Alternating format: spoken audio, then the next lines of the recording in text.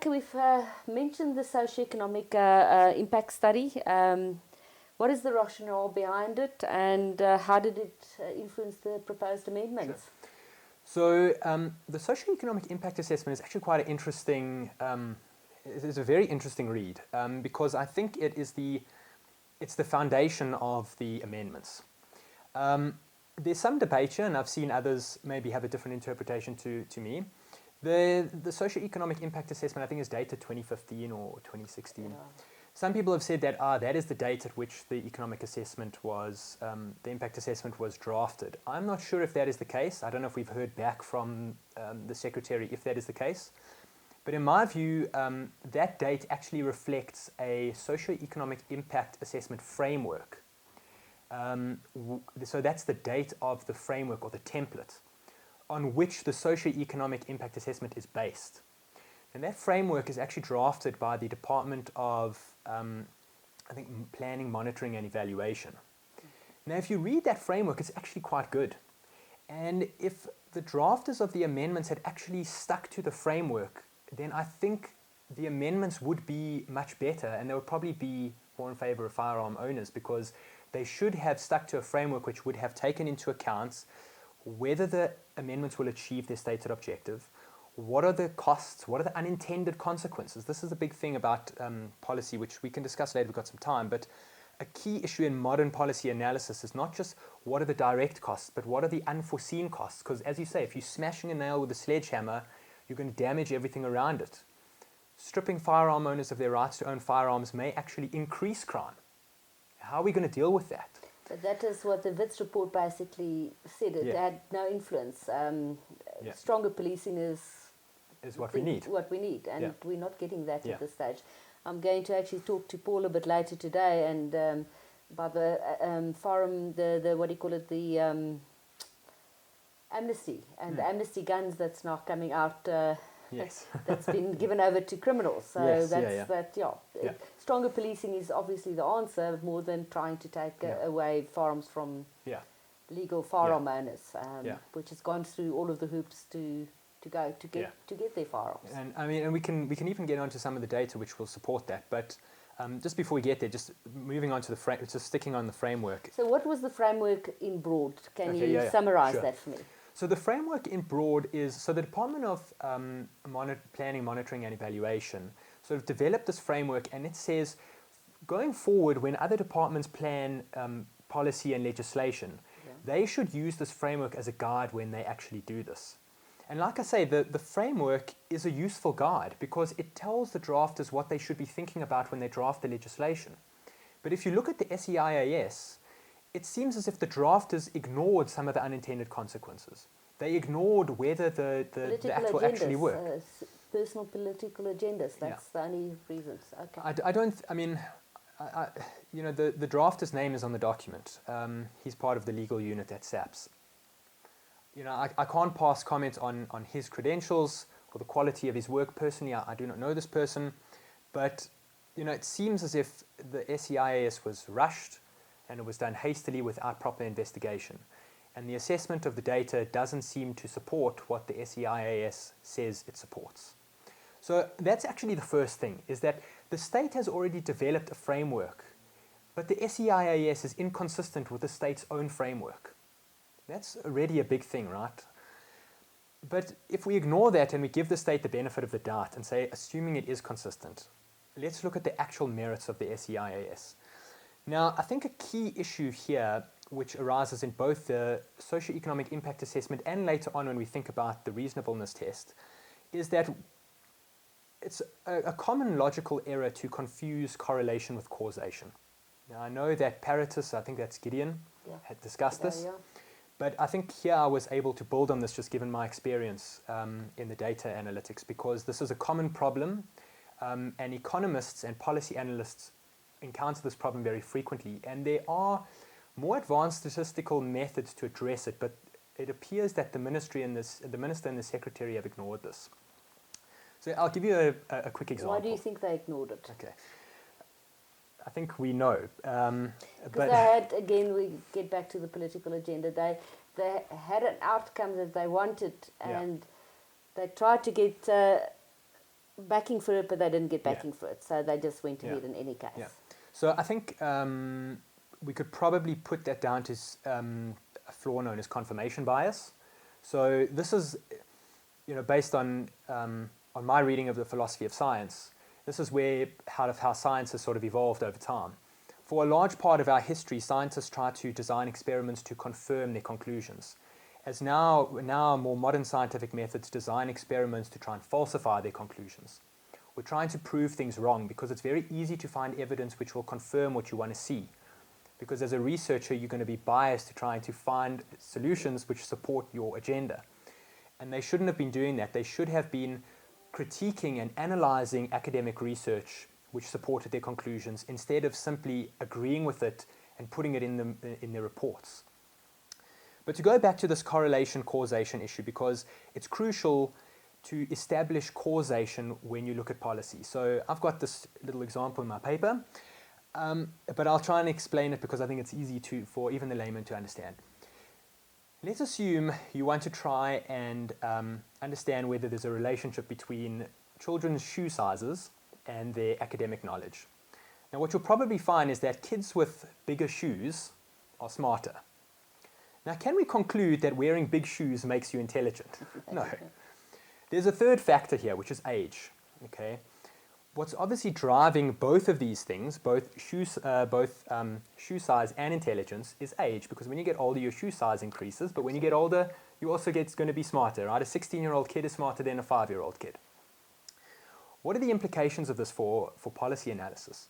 Let's assume a well-meaning, well-intentioned politician said, we need to improve children's education. Yeah. And he sees that there's this correlation between shoe size and children's intelligence. So he says, right, let's give kids bigger shoes. You can see that just by giving a child bigger shoes, he's not going to become any smarter. Now, in fact, what you've actually done is taken children and given them shoes which are too big, which probably cost more money. The government's probably going to spend money trying to subsidize children having bigger shoes. And at the end of the day, these kids are not going to be any smarter. There's correlation, but there's no causation. So from a policy perspective, you are misdirecting your policy at the wrong thing. There are probably other ways to improve children's education. What might happen is that children wearing bigger shoe sizes might be smarter because of luck, by chance. Maybe in 1 year, there was a sale on small shoes, and all these parents bought small shoes for their kids, and so they were very uncomfortable in class, and they didn't learn that well. So the government, actually, by giving kids slightly bigger shoes, maybe they become more comfortable in class, and they learn more, and they do improve their shoe knowledge. But again, that's just purely by chance. The question then would be is, should they then give the children even bigger shoes? But we know there's no causal relation there, so even bigger shoes still won't make a difference. And the reason that that's relevant for the amendments... That's where that was going to be my new question. So put it in context of the amendments. So the reason that this is important is because the SEIAS provides no indication that the amendments will cause either a reduction in crime, a reduction in gender-based violence, a reduction in suicide. None of these social ills, which are apparently related to gun ownership, are caused by gun ownership, right? So if there's no causal relation there, there's no reason to expect that there's a rational connection between the amendments and the objectives. And that's already the first test. When I viewed objectively, there's no connection between the means and the ends, because there's no causal relation. The amendments are not going to achieve the objectives that they seek to achieve. And so on that basis alone, I think the SEIAS and other justifications already have a problem. But if I can relate it even more clearly, when you look at, for example, let's say you're trying to determine, like, for example, homicides and gun ownership, and you think, okay, right, boom, we've got this piece of legislation that's going to intervene, and it's going to reduce gun ownership, and that's going to reduce homicide. There's lots of other things that cause homicide. If you look at the Wits report, blunt objects and knives huge. And stuff, it's huge. It's huge. Yeah. It's a huge proportion of that. And choice of weapon is another major issue here. So the firearm, so the amendments might restrict firearm ownership, but criminals may just simply choose to use other weapons, etc. So there are many different other causal factors at play here, and the SEIAS has failed to take those into account in quite spectacular fashion. Absolutely. Maybe another source of a bias, so we would call this in the econometric literature, you would say these are biased, would be something known as reverse causality bias. So it's not that gun ownership affects crime, but crime affects gun ownership. It goes the other way. So again, it's not clear that by reducing gun ownership, you're going to resolve crime. In fact, if it works the other way, taking guns away, crime will just continue to be exerted on people who now no longer own guns. And then on the final point, the issue here might be, let's assume, and we can get into the research later, let's assume, so I'm giving them the benefit of the doubt here, that the Firearms Control Act of 2004 did actually reduce crime. As I say, the Wits report already says it's not the case, and I also, in my assessment of these papers, also find that any conclusion in that regard is likely to be misleading. Let's assume that it did sort of work. Does that mean we should have more amendments? Okay, so this goes back to my shoe example. Yeah. Maybe giving kids slightly bigger shoes may have helped. But does that mean now I should give a 5-year-old a size 20 shoe? Maybe giving him from a 4 to a 5 may have made him more comfortable and improved his learning, but it doesn't mean that successively larger shoes are going to make a difference. So maybe there was, it's unlikely, but if the Firearms Control Act in 2000 did make a difference, it doesn't mean now that more amendments will make an even bigger difference. Yeah. In fact, if you've reached that optimal level of legislation, once you go over that, you're starting to use a sledgehammer. It's going to start going the other way. Absolutely. How did Minister Cele and his team justify the limitations of these rights?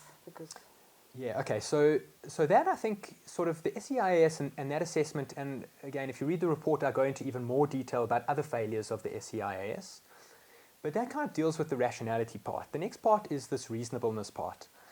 Now, the reasonableness test was quite difficult, because normally what would happen in legal proceedings, for example, I think good examples recently would be the case against the minister regarding the regulations about smoking. Okay, so that went to court. The minister lost that case, but it is on appeal. But here, in court processes, there's people draft affidavits, there's an exchange of documents, people set out their arguments very clearly. Right now, the amendments are still at a very early stage, so we don't know. The minister hasn't, let's say, prepared a document which says, these are my justifications. So I kind of had to go and look for some of these justifications. Now, one might say, oh, okay, but Ricky, you're going to straw man these arguments. In other words, you're going to set up a weak argument by the minister and then knock it down. I tried my absolute hardest to avoid that. In fact, I tried to, there's another expression, you can steel man arguments, right? I tried to make the minister's arguments as potent as possible and then could see if I could knock them down. So I looked at a few documents. The SEIAS, as I say, there were public comments. The FCA is also very instructive, right? The preamble has been changed, and that, we can get onto that, but that's very important. That is probably the thing that actually worried me the most. Yes. It was the preamble of all of the changes that worried me. Yeah, so the preamble has been changed, I think, in a way that is at least internally consistent. So the amendments are consistent with the new preamble, but they're not externally consistent with the real world. We can get into that, but you can look at, so if you look at the preamble, it might tell you a little bit more about so if the preamble says, we're amending this act because we want to improve public safety, well then public safety is a potential justification.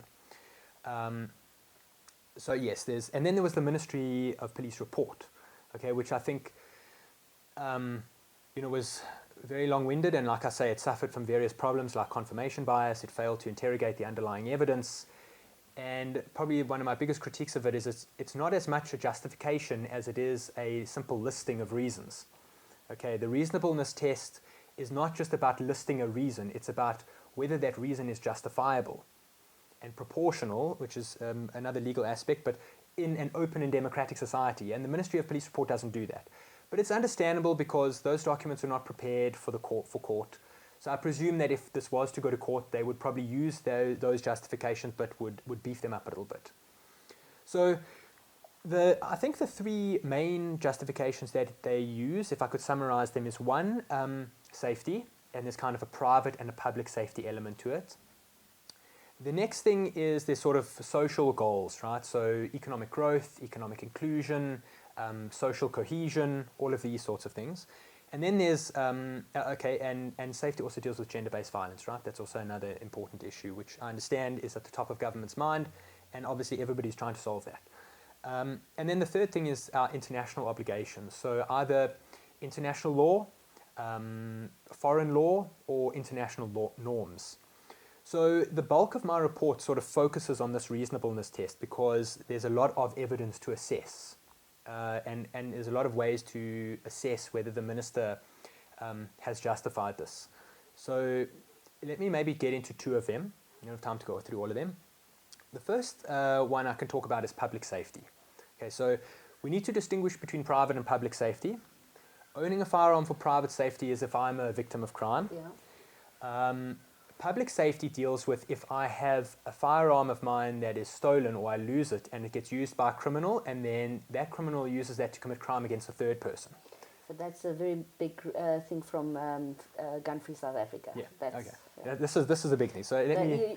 If your gun was there and you weren't there, that whole thing. This whole thing. Okay. So there's lots to say about this, but I'll try to go through it sequentially. The first thing is. Personally, I find Gun Free South Africa's argument to be somewhat morally depraved. It is just simply not. There's just simply no basis to look at somebody who's been a victim of crime and then victimize them further. Absolutely. You know, if a lady is a victim of a sexual offence and she's a law-abiding citizen and she's done everything within her powers to be a law-abiding citizen and she is a victim of crime, I could not personally go to sleep at night knowing that I'm going to point a finger at this lady and say, you are also now as bad as a criminal. I can't see it. No, absolutely. But, you know, Gun Free South Africa can make the claim, whatever claims they want. That's maybe a bit of a soft issue. You know, let's get into the data here. So public safety is about lost and stolen guns. So there's two things to note. Firstly, I think we should differentiate between lost and stolen guns. Lost guns are guns lost due to negligence, and I think that lost guns due to negligence is an issue which needs to be addressed. Absolutely, I agree with you. And firearm owners that lose their guns should be punished. If you are a law-abiding citizen and your firearm is stolen, obviously, this is incidental and unfortunate, and we need to think about ways to address it. But it's not your fault. It's not your fault. No. And personally, I can't see how it's reasonable to say, let's address this issue by just simply stripping people of their rights to own guns for self-defense. And again, this is a sledgehammer and a nail. The other issue we need to think about is if there are legal firearms that are moving from legal firearm owners into the pool of illegal firearm owners, how many of those firearms are A, being recovered? How many of those firearms are coming from alternative sources, either from SAPS, which Paul will deal with later? Yeah, because that's a big... it's a big issue. It's a very big issue. Yeah. It could come from the SANDF. It could come from smuggling. Outside of the country. It could come from smuggling. Now, I think Gun Free South Africa and others have argued that the amount of guns that are moving from legal to illegal from police, SANDF, and from smuggling is probably quite slim. And it's slimmer than what's coming from private firearm owners, but I'm going to address that explicitly in a moment. But regardless of that, the point is that the key issue here is the current proportions are actually irrelevant. Okay, why is that? Because even if the majority of firearms are at the moment coming from legal firearm owners, if the amendment takes all the guns away from firearm owners, criminals will just get them from somewhere else. Absolutely. So you can't look at what proportions look like now. You have to think about what will the proportions look like after the amendments. Okay, so the second point I wanted to raise is that in addition to the fact that criminals will likely find firearms from alternative sources, even if private citizens no longer possess those firearms, is that when we think about this pool of illegal guns, we also need to think about how many guns are being recovered. Okay, so this is what my research uncovered is that it was slightly different to the Wits report. The Wits report actually suggested that quite a small proportion of lost and stolen firearms are recovered. But if you look at SAP's annual reports, you can actually see the number of firearm details that have been circulated for stolen and lost firearms and how many have been recovered. And actually that recovery portion is quite high.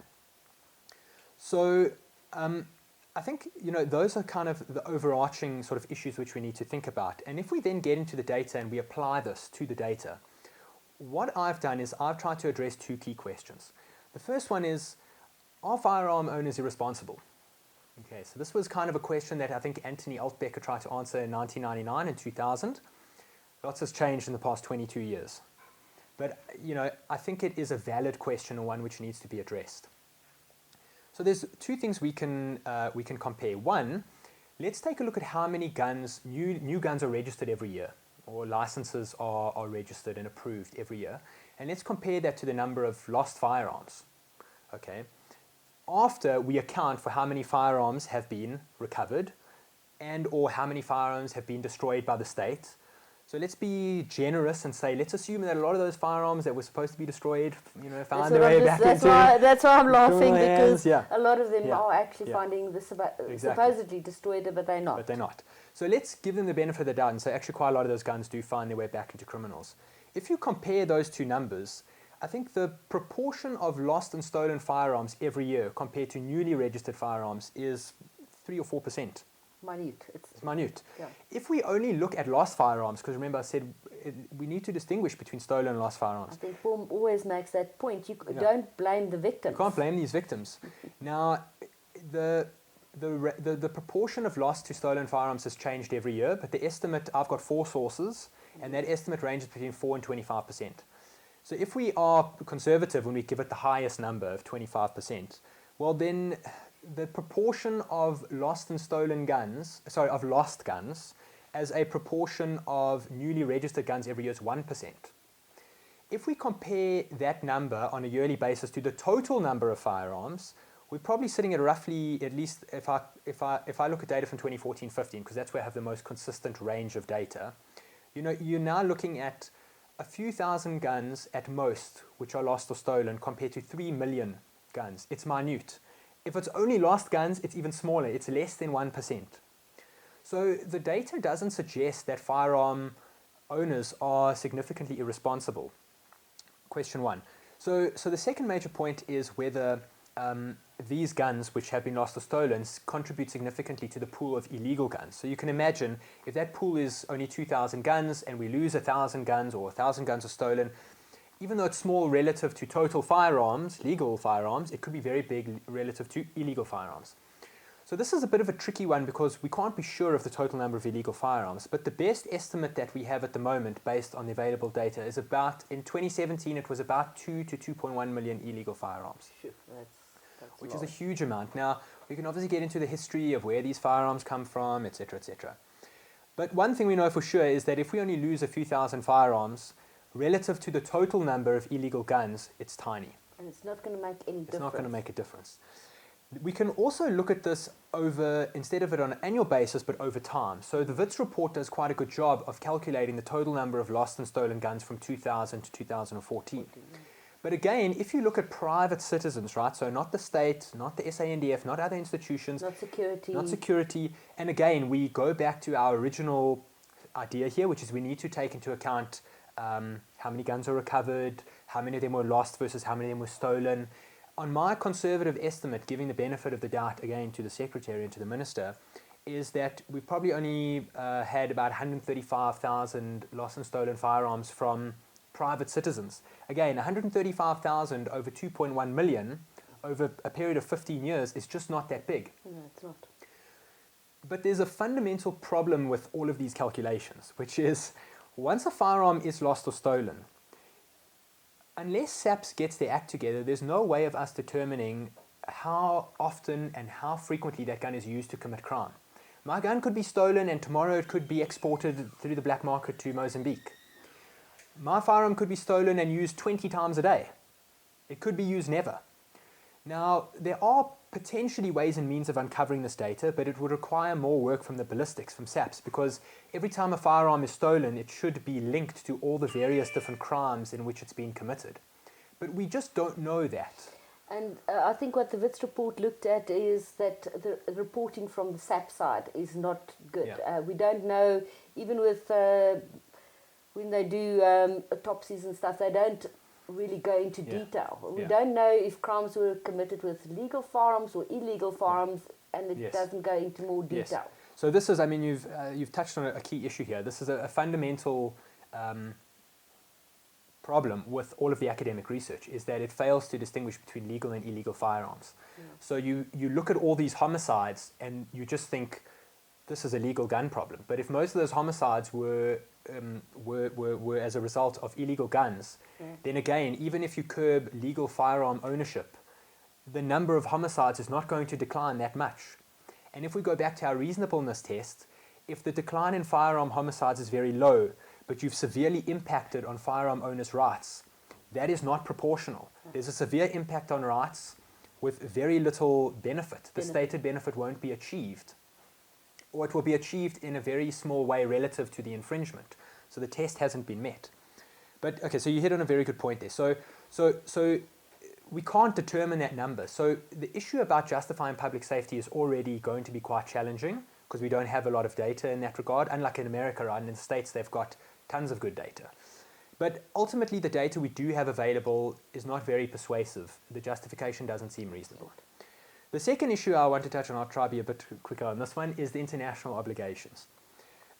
To me, in my mind, this is a very interesting one, but it's also very worrying. The reason is that it appears the amendments desire to elevate our international obligations ahead of our own domestic constitutional rights. I agree with you 100%. And if we go down that path, firstly, I think the state as a whole is going to be stuck in the mud here, because on so many occasions the South African government has absolutely ignored our international obligations. And certainly the former president of Sudan rings a bell, where he arrived in the country and should have been arrested under our obligations to the ICC and was allowed to leave. Yes. We consistently ignore best practice policy economically because there's a belief in South Africa, as our previous president Mbeki said, we need African solutions to African problems. Okay, so why are we so intent on meeting our international obligations? That's a principal issue. But let's get into the actual international obligations here. If you read all of these international obligations, and there's a lot of them, if you read them, the primary motivation underlying these international laws is to curb illegal and illicit firearm trade. Now, if the amendments are directed at curbing legal firearm ownership, it's absolutely unclear how implementing measures to restrict legal firearm ownership is going to meet our international obligations, which seek to restrict illegal firearm trade. Yeah. You could make the argument that legal guns find their way into illegal the pool of illegal guns, but we've just discussed that. The data shows that the proportion of guns that shift from legal to illegal firearm owners is negligent, and criminals can still get their firearms from many other sources. This report actually mentioned the digital printing of firearms. That's another one. Which is another one.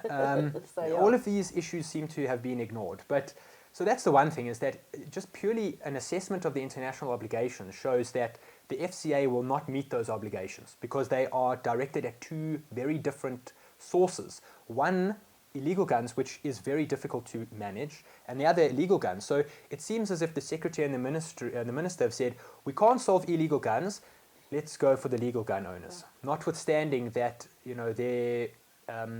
their amendments are unlikely to solve the problem. So, and then if I could say, finishes off here, the last issue is, again, I think it's always good to give your opponent the benefit of the doubt.